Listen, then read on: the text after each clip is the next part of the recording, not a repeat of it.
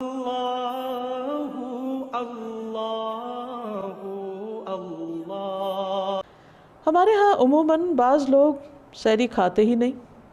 اور بعض ضرورت سے زائد کھا لیتے ہیں۔ ان دونوں انتہاؤں کے درمیان اعتدال کی راہ اختیار کرنا ضروری ہے۔ نبی صلی اللہ علیہ وسلم نے فرمایا، ثلاث من اخلاق النبوۃ تعجیل الافطار وتأخیر السحور ووضع الیمین علی الشمال فی الصلاۃ۔ تین کام اخلاق نبوت میں سے ہیں: افطاری میں جلدی، سحری میں تاخیر اور نماز میں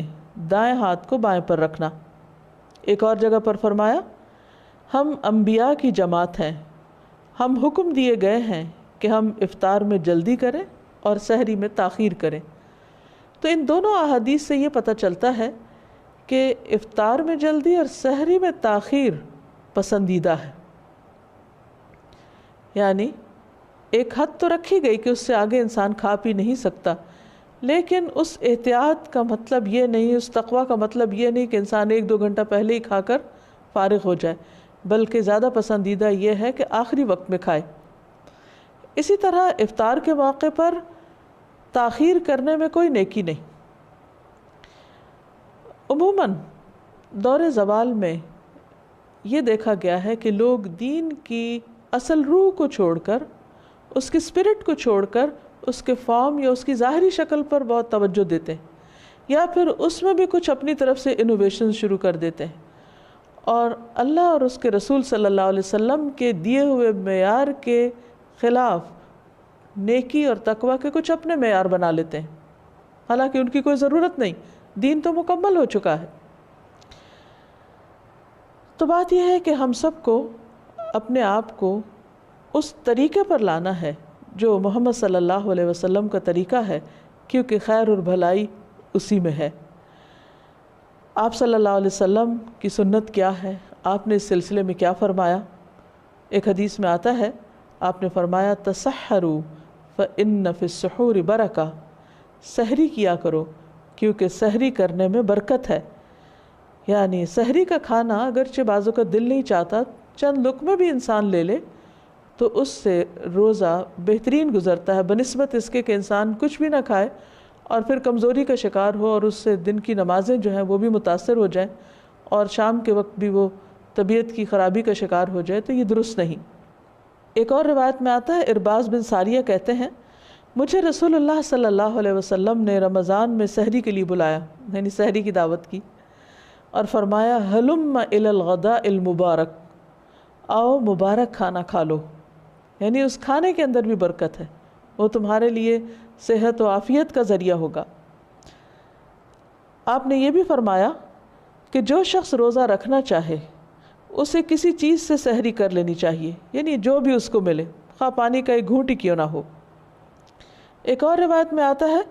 عبداللہ بن حارث نبی صلی اللہ علیہ وسلم کے ایک صحابی سے روایت کرتے ہیں کہ ایک شخص نبی صلی اللہ علیہ وسلم کی خدمت میں حاضر ہوا جبکہ آپ سحری کھا رہے تھے۔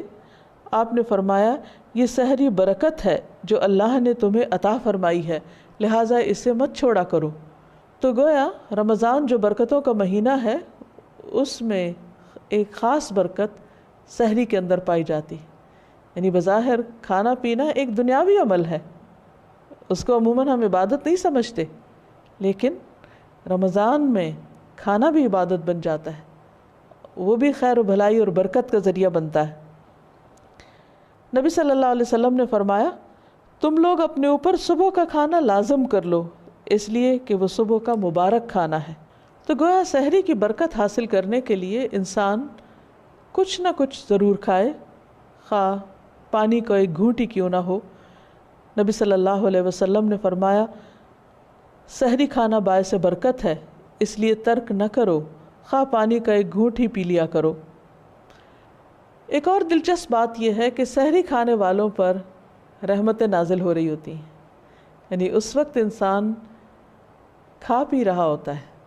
اب ظاہر ہے کہ جب وہ کھا رہا ہوتا ہے تو اس وقت کوئی ذکر نہیں کر سکتا، اس وقت کوئی اور کام نہیں کر سکتا، ایک وقت میں ایک ہی کام ہو سکتا ہے، لیکن کھاتے وقت اللہ تعالیٰ اس بندے پر اتنا خوش ہوتے ہیں، کیونکہ اللہ تعالیٰ کو معلوم ہے کہ یہ بندہ میری خاطر رات کے اس حصے میں اٹھا ہے، اور جب اس کا کھانے کو دل نہیں چاہ رہا تو میری خوشی کی خاطر کھا رہا ہے، تو ایسے بندے پر خوش ہو کر اللہ تعالیٰ اپنی رحمت نازل فرماتے ہیں۔ حدیث میں آتا ہے ان اللہ و ملائکتہ یصلون علی المتسحرین، یقیناً اللہ اور اس کے فرشتے سحری کھانے والوں پر درود بھیجتے ہیں، یعنی اللہ تعالیٰ کی طرف سے ان پر رحمتیں اور برکتیں نازل ہوتی ہیں، اور فرشتے ان کے لیے رحمت اور بخشش کی دعا کرتے ہیں۔ پھر اسی طرح ہمیں یہ بھی پتہ چلتا ہے کہ کھجور بہترین سحری ہے، یعنی کھانے کو تو انسان اپنی پسند کا کوئی بھی حلال کھانا کھا سکتا ہے، لیکن نبی صلی اللہ علیہ وسلم نے کس کھانے کو پسندیدہ قرار دیا؟ فرمایا نعم سحور المؤمن التمر، کھجور مومن کی بہترین سحری ہے۔ تو اس سے یہ پتہ چلتا ہے کہ سحری کے وقت انسان کو ایسی متوازن غذا استعمال کرنی چاہیے کہ جس سے انسان کو انرجی بھی ملے، دن بھر تر و تازہ رہے، اور اپنے فرائض کو صحیح طور پر ادا کر سکے، اپنی عبادات کو صحیح طور پر ادا کرے۔ اللہ اللہ اللہ